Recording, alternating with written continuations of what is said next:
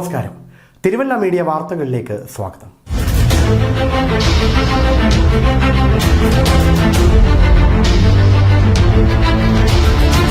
Kerala youth front Pathanamthitta ജില്ലാ പ്രതിനിധി സമ്മേളനം തിരുവല്ലയിൽ അബു ജോൺ ജോസഫ് ഉദ്ഘാടനം ചെയ്തു.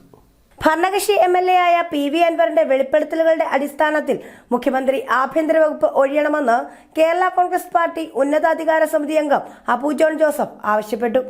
ആഭ്യന്തര വകുപ്പിൽ അടിമുതൽ മുടിവരെ അഴിമതിയാണ് നടന്നുകൊണ്ടിരിക്കുന്നത്.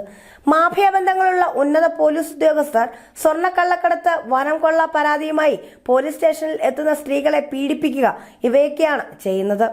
ഇവർക്കെല്ലാം ഒത്താശ ചെയ്തു കൊടുക്കുന്നത് ഒരു ADGPയും മുഖ്യമന്ത്രിയുടെ പൊളിറ്റിക്കൽ സെക്രട്ടറിയുമാണ്. ഇവരെയെല്ലാം സംരക്ഷിക്കുന്ന നിലപാടാണ് ഇപ്പോൾ മുഖ്യമന്ത്രി സ്വീകരിച്ചിരിക്കുന്നത്. ആയതിനാൽ മുഖ്യമന്ത്രി ആഭ്യന്തര വകുപ്പ് ഒഴിയണമെന്നും അബു ജോൺ ജോസഫ് ആവശ്യപ്പെട്ടു.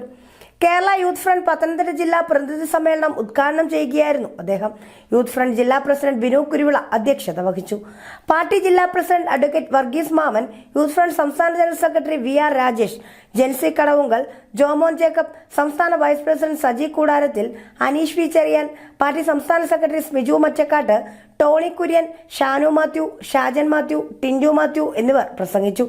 News desk, Thiruvalla media.